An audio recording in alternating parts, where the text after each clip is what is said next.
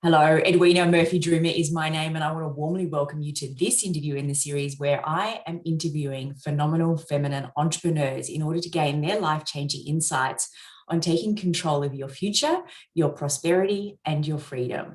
Today, I have with us Christa Nichols. Apologies, I nearly said Lisa Nichols.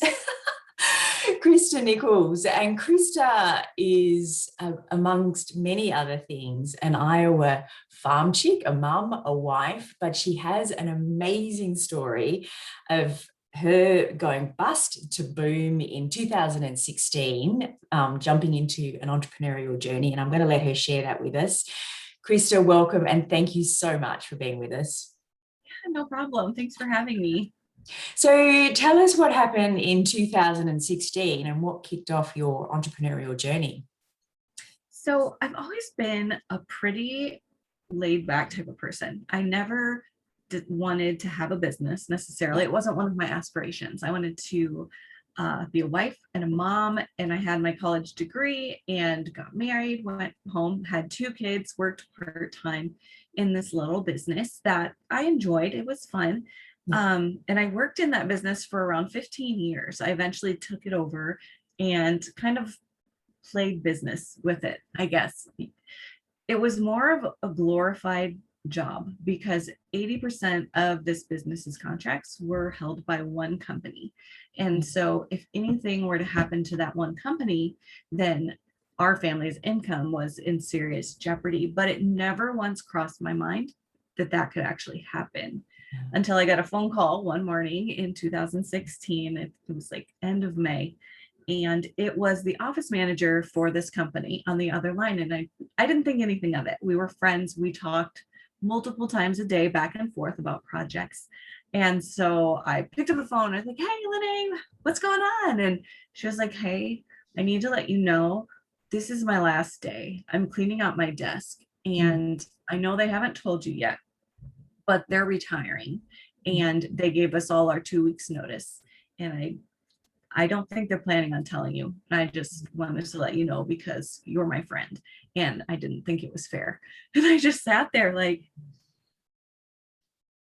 oh, how do you react to something like that? It just came out of the blue. Honestly, I feel like it should have been in the back of my mind a little bit. They were around retirement age. It was their business. They could, do whatever they wanted with it. But I had put all of my eggs in this one basket with this company. And now I was looking at potentially not having that income anymore. And 20% of what was what was left. That was not going to cut it. And so I really just inside, you could feel that panic because my husband, I had just retired him from his job in construction. He'd had 2 shoulder surgeries, couldn't go back to actually doing the physical labor. And I had retired him to work in our business maybe 6 months ago. And we were looking at homeschooling our kids that fall. And so I'm sitting here with this information that, everything's going to be ending here. And I've just brought my husband home and we're going to have 2 kids at home that we're going to be homeschooling. And it was just an immense blow. Like it was hard to take in terms of the financial implications, but even harder in terms of the fact that I was obviously considered just a throwaway to the company. It hurt more that they didn't even think to tell me than the fact that they were actually going to retire. Like I said, it was their business. They were of retirement age. Congratulations to them, It was 6 weeks before anyone from that company reached out. And then it was just to say, well, I'm sure you've heard by now. Wow. And I just remember thinking 15 years of me taking calls all hours of the day and night, working holidays, working nights, working weekends, whatever they wanted, I would jump. And I don't even get a phone call. I know I'm not a full employee. I'm a contractor, but man, I just felt so disrespected. And I said to myself, I will never put myself in that position. I will never put our family in that position again, where everything relies so heavily on one client. Yeah. I didn't really know what I was going to do, but I Mm. knew it wasn't going to be that, you know? Yeah. So for the next 6 months, I just really kind of floundered. Obviously, they were going to finish out the sales season. So I had some time to consider what I was going to do. It wasn't all going to end immediately. But it really threw me. The idea, I was faced for the first time with the idea that I had never made a contingency plan for something like this. I had never even thought about it. I'd been playing business this whole time with whatever was close at hand and was easy, but I really hadn't gone all in to grow something that was really mine. And Yeah. I doubted a lot. I really doubted that I had it in me. I just didn't. I had no idea what I could do. It'd been 15 years since I graduated from college. I would have had to go back into corporate with the skills that I had. I would have been starting from the bottom, you know, no resume really, because I've been doing my own thing since graduating from college. And so it was either commute for an hour, start from the bottom, work my way back up, or figure something out so I could stay home and still support, you know, still we could still support the family, could still homeschool our kids. So I kind of just dove all into that. Like I wasn't sure what I was going to do, but I had these skills and I could promote them online. So that was my plan. I'm going to learn how to do social media managing so that I can promote this business and get more private clients. So that was my big plan. Amazing. Yeah. It did not go very well. Let me just tell you that. I burned out pretty hard trying to learn that. It turns out I am not a social media manager. I do not enjoy doing social media management. And it was just so many iterations of trying different things. Yeah. But to be honest, I would have never taken that step if I hadn't been forced, because I had never allowed myself to dream or think about what my gifts and talents were. I knew I was good at learning. So I really I leaned on that pretty heavily. Like I knew that I didn't know enough yet, but I could learn whatever I needed to be able to do. I had belief in my ability to learn it. And so for the next year, I just absorbed information and put myself in the right places with the right people to learn what I needed to know in order to do what I needed to do. Yeah. I think it's one of the biggest lessons that I've learned on this entrepreneurial journey is that you've got to be in it and actually taking action to work out what you're going to do, or even what your business is going to be. Because when I started, it started out as something very different. I thought I was going to be in the nutrition and wellness space.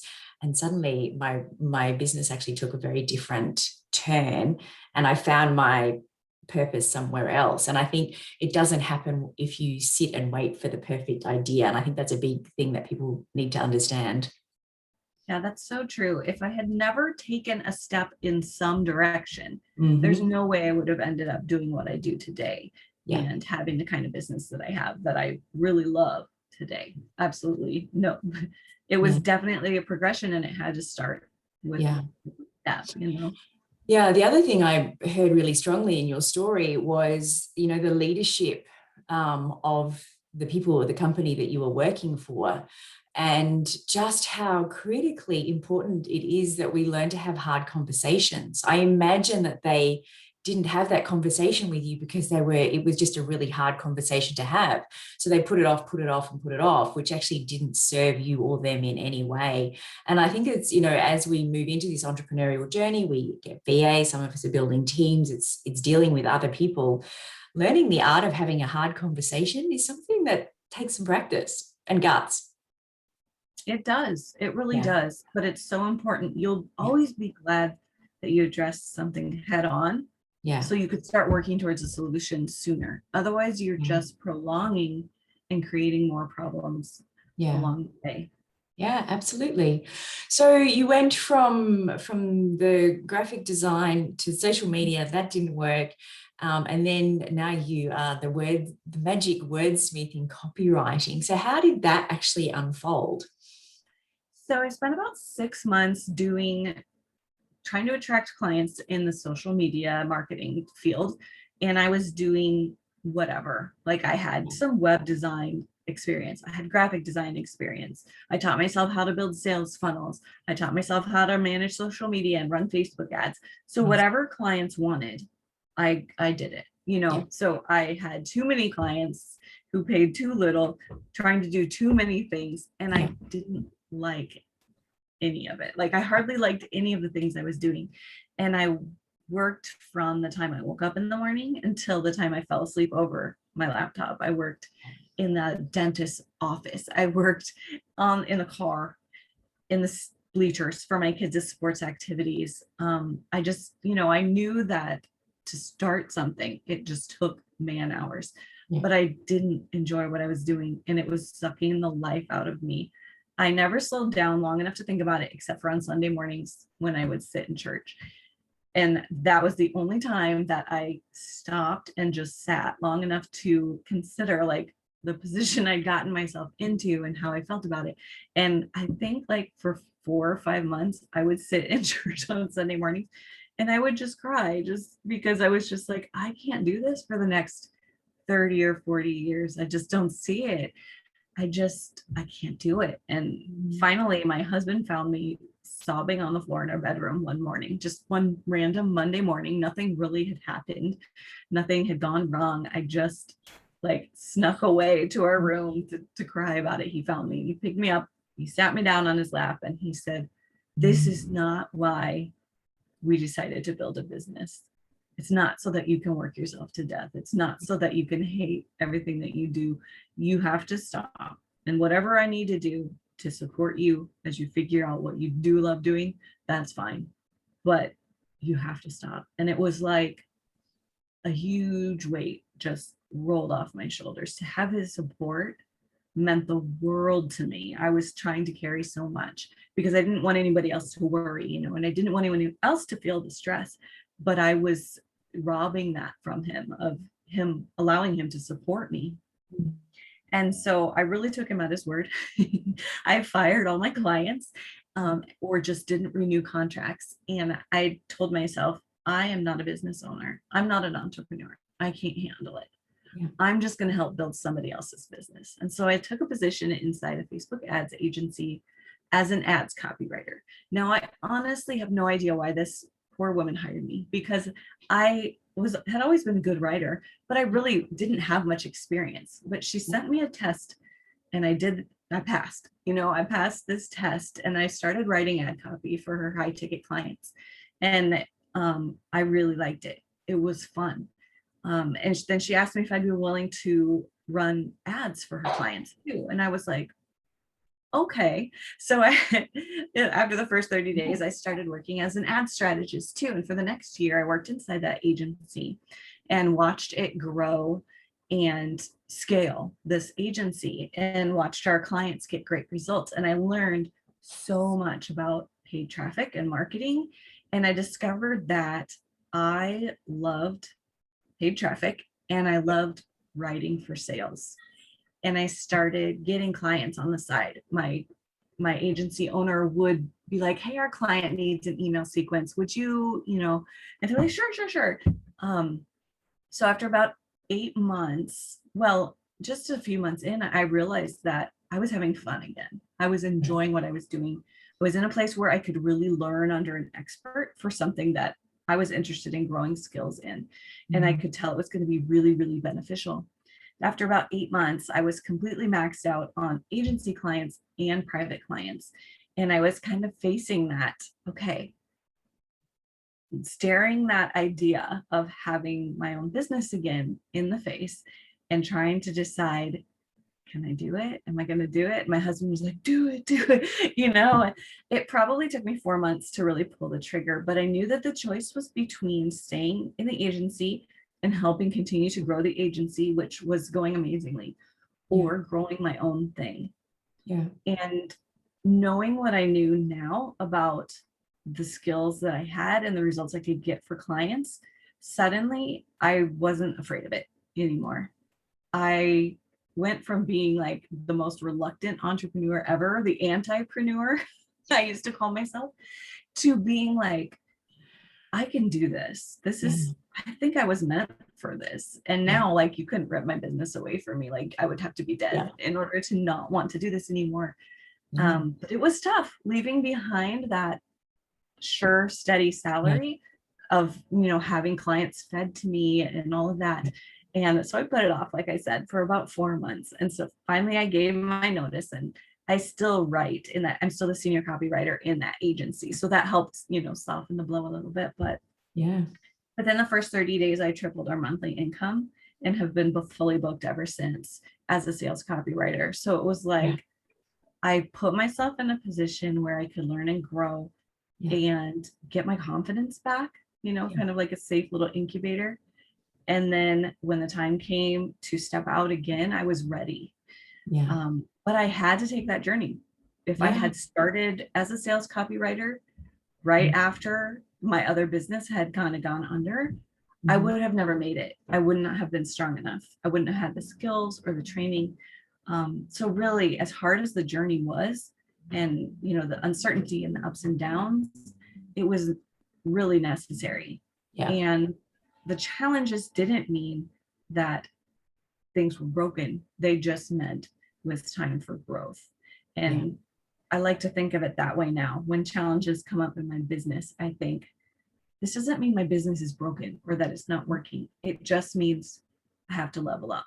And so I go find new skills. I go learn something else and apply it and tweak it and fix it and keep going.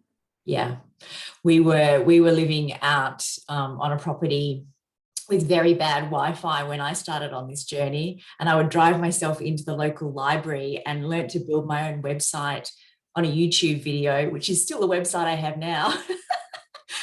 I shouldn't say that because people will look at it and it's not pretty, but you go to YouTube, and then I would play a bit, pause it, do this bit, play a bit, pause it, do this bit. The skills that I have learned on this journey, I never could have imagined that.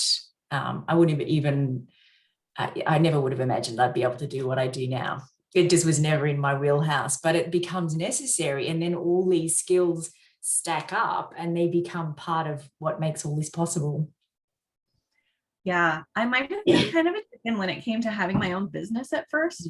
But one thing that I always really was willing to do was say, okay, sure, you need a website.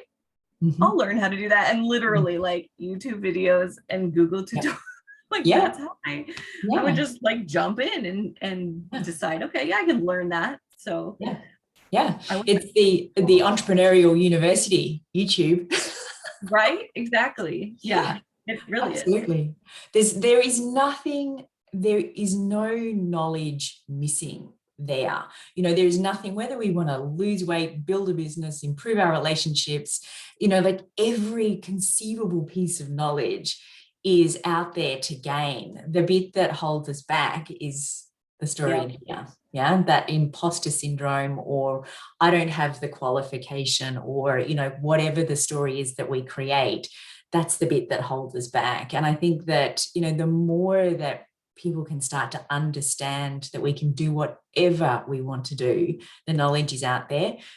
It's just the drive and inspiration and having the right people around you. What role has that played for you? Huge. It's been huge. So sometimes people ask me, how did you grow such a successful business in such a short amount of time? And I think they're expecting me to say there was some kind of magic button or something. But honestly, it was just work, but it was very specific kinds of work. So I invested in 4 different kinds of work in myself and in my business in order to help it grow. I did the intellectual work. So skills trainings, I learned what I needed to learn. I put in the physical work. So the man hours, I did that for a while, and so that I could build a strong enough business where I didn't have to work those kind of hours anymore, but I also invested in a network, and that paid off in dividends I would have never, ever imagined. I joined a mastermind really early on, and it didn't make any sense. Like, I spent $10,000 on a mastermind that, and here we were getting ready to lose 80% of our income, right? But just, I knew I couldn't do it by myself. And fortunately, I ended up in a mastermind that was amazing. it changed my life. And I was able to connect with other people like me who were building businesses, but also other people who needed my services. And I will never be, I will always value investing in masterminds and networks for that reason, because it just, you're either going to spend the time and energy, and there is still some of that, to put yourself in the right places, or you can buy your way in and then prove yourself when you're there. And that sounds so cheesy to say buy your way in, but it's a matter of like, if you have to put yourself in the arena where the competition is going on. And so I'm a huge believer in the power of network. I've learned so much from people in my network. I've gained so many clients because of my network. It's just been super powerful. Yeah, my experience has been exactly the same. And I took a leap into a little 3-month program that was $2,000, and then from there into a $10,000, in my first year when this really started to take off. And that was on credit cards. I actually started cleaning houses to pay for it, even though I had all this academic, learning. Imposter syndrome was a big part of my story, and I just couldn't get myself there. So joining that network and becoming part of a really powerful mastermind just was the thing that took me from literally 0 to over 6 figures in 1 year. And it was because of the network. It wasn't more information. It wasn't more knowledge. That's how it was for me too. I went from not having a business as a sales copywriter to having a 6-figure business in the first 8 months or so. It is, and part of the book that goes with this, one of the questions I ask is, who are the voices that you tune into? And that's so deliberate, because who we're listening to, it's the voices of course you can, rather than, why would you do that? That's mad. And it is a choice. It has to be a conscious choice. I tried to quit even after becoming a sales copywriter. I tried to quit one time, and I sent a Voxer message to my coach. And I was like, I think you need to give my spot in the mastermind to somebody else who deserves it more than I do. And, and she's like, no, I'm not, because that's your spot. So get off the floor and just kick some butt, And I was like, okay, But as long as I was sitting in that and telling myself and listening to myself say, you can't do it, that was what was going to happen. Absolutely. Absolutely. Just like, I know you don't believe in yourself right now, so borrow my belief, because I believe in you. And now I say the same thing to my students. Like, I know you don't think it's possible right now, but I do. So if you need to, just borrow mine. Take my belief in you until you've grown your own. Absolutely 100%. And that's worked for me as well. In the first interview series I did, which, as everybody will know, when you do a new project or something that is very foreign, it's just a massive stretch into being a more confident, braver person. And my sister died halfway through. And if I had been doing that on my own, the whole thing would have collapsed. Having that network around me that just kind of held me up, oh my goodness, life-changing, and not something that I'd ever experienced before in my life. I don't know if you've had networks before you started in this entrepreneurial journey, but I'd never experienced anything like this before. No, I really hadn't. It's really a different kind of support. I mean, you have your friend networks and you have your family networks, but it's just a different level of support. Not that either of the others are less important. It's very necessary for an entrepreneur.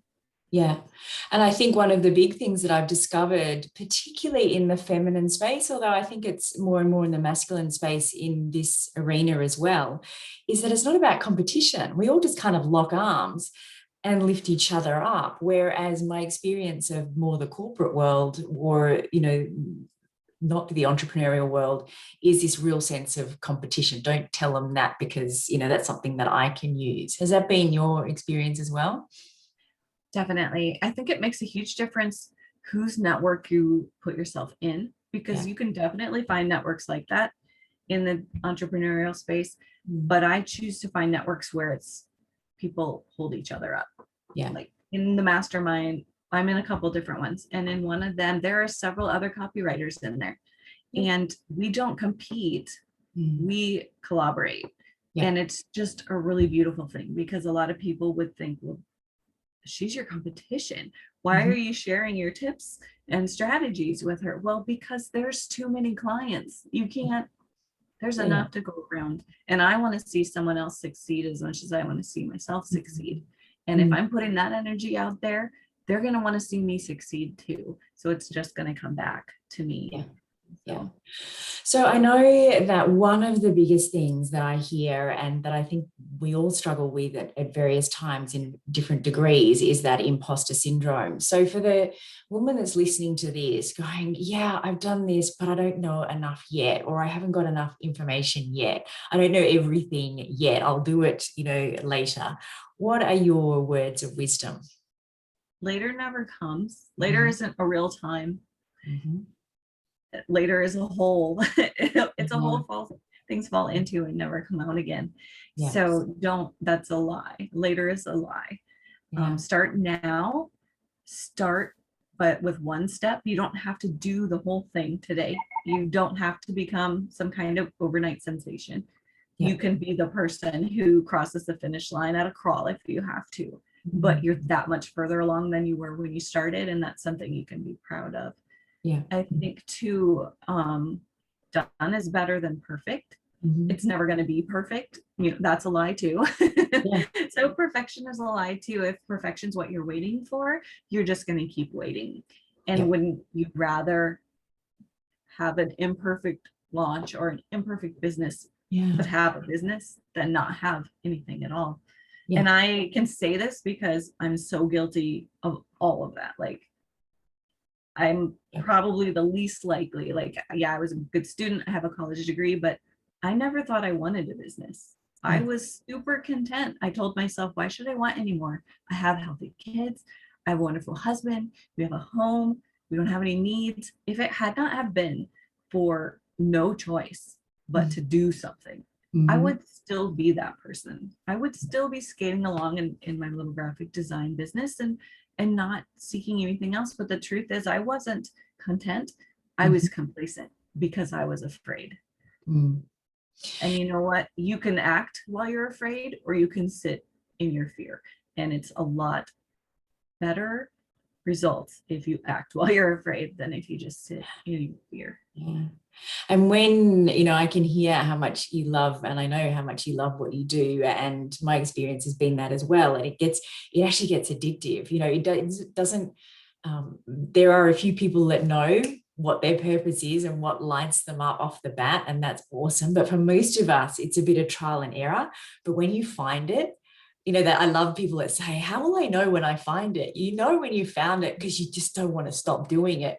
Yeah. The idea of retiring or the idea of working 9 to 5, Monday to Friday, it just goes out the window. It's like you've got to make yourself stop because it's just so bored. Yeah. I remember something my mom told me, even as a college student. I decided that I was going to be a social worker. So I went into college as a social work major because I love people. I love helping. And I did not I could tell right away from the coursework that it was not going to be a good fit. Yep. And I was like, Mom, what am I going to do? I have no clue. I don't have a plan B. This is a theme in my life. I have no plan B. And she was like, pick something that doesn't feel like work. Because if you enjoy what you're doing, then you don't have a job. Yeah. You have a calling. And I've kept that with me my whole life because it's so true. I'm not the kind of person that can just force myself to do something I don't like day after day after day after day. Some people can, and that's amazing, I think. But for me, I just have to do something I enjoy. I'm a creative. It's just that way. And keeping those words in my mind has been really, really just one of the best pieces of advice that I've ever gotten. Yeah, I think there is two trains of thoughts with that. And I know my husband does it a little differently. You can work to live or live to work. I live to work because I love what I do so much that it is the thing that lights me up. My husband works to live. He's a mad, passionate kiteboarder, big wave surfer. He just wants to be in the water. So he does his work. He's an engineer and he likes it, but it's not his, oh my gosh, I get to thing. Right. But he makes the money so that he can spend enough time in the water. So he works to live. I live to work. That's, I think the live to work is the entrepreneur. on the extreme either way isn't good, but I think you can meet kind of in the middle and balance it. It's good. Yeah, absolutely. Absolutely. So just, I know that if I can ask you just a couple of last questions, your discovery of visioning work, or your discovery of the power of setting really clearly defined goals. I'm not sure if you're a vision boarder or not, but my experience of the answers that you gave in the book was that you had some trepidation going into doing that work, but you've discovered the power of it now. I did. I felt like if I set goals and don't achieve them, I'm going to be letting people down. I'm going to be letting myself down. I'm going to be seen as a failure. And so I wouldn't set them because I didn't want to fail at them. Yeah. Which is a great system. Yeah. Just kidding. It's not. Yeah. Which meant I just, I would stay in the same place all the time. That was a really big mindset hurdle I had to get over. It's like I'm not disappointing other people if I don't achieve a goal.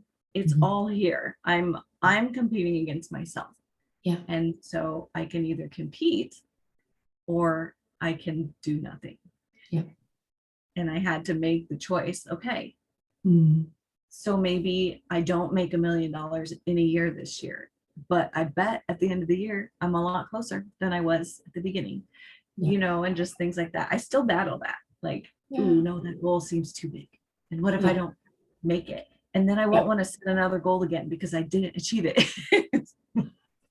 This is the inside of my brain, people. I'm so sorry. Yeah. Oh, yeah. You have these benchmarks, and I maybe don't timeline them super strictly. And I'm actually thinking about doing it more strictly because I think that the motivator is really, really strong. Yeah. But I do have things that I know are meant for me to achieve and that I'm not there yet. Yeah. And I will keep reaching for those until I do. Yeah. I think it's one of those things you will find evidence for how it works, but you've got to start the process first.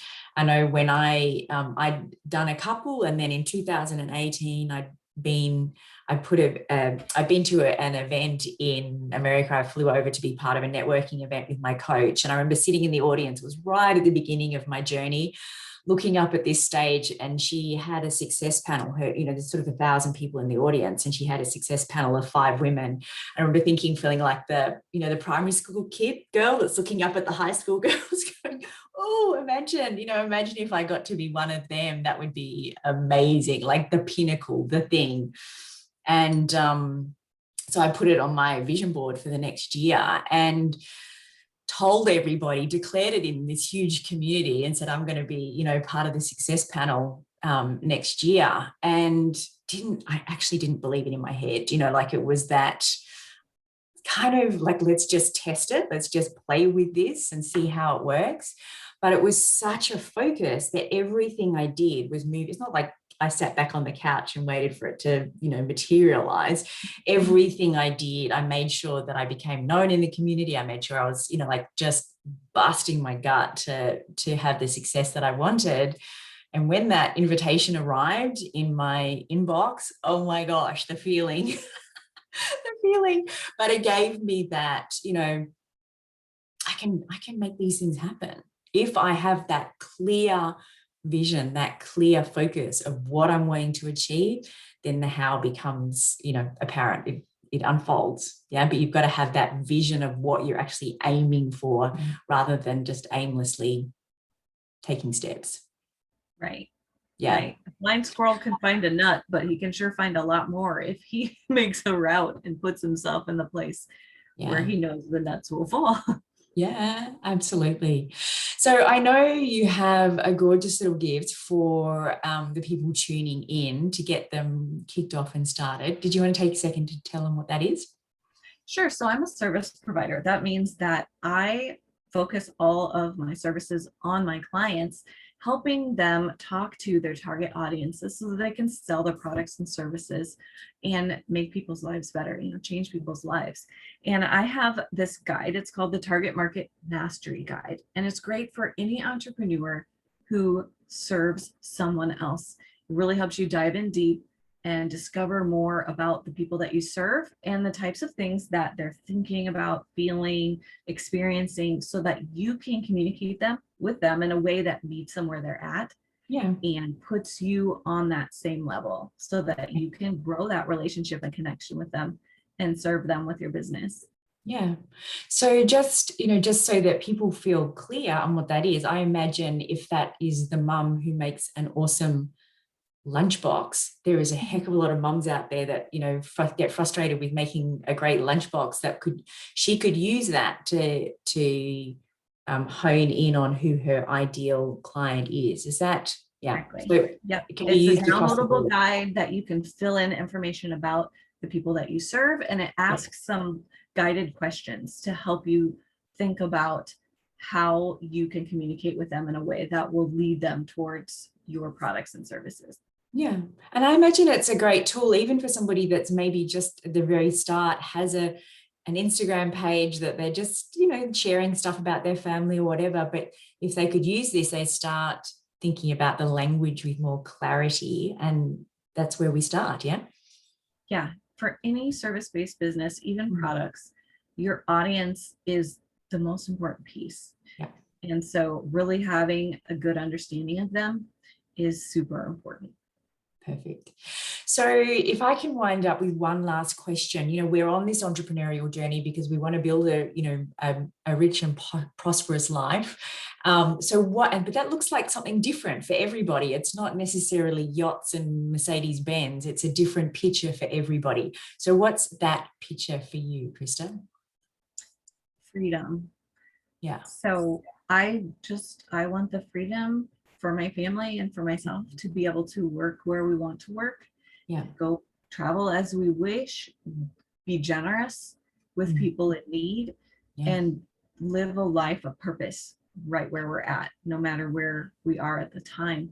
And, prosperity and financial means is a stepping stone for that. Yeah, absolutely. Being generous is something that really flipped that financial conversation in my head when one of my coaches said this year on her vision board, she had to give $1 million to charity. And I was like, wow, that's what becomes possible the more that we create in this world. Magic. Thank you so much for being with us, Christa. This has just been such an insightful conversation. A delight. Thank you. Thanks for having me.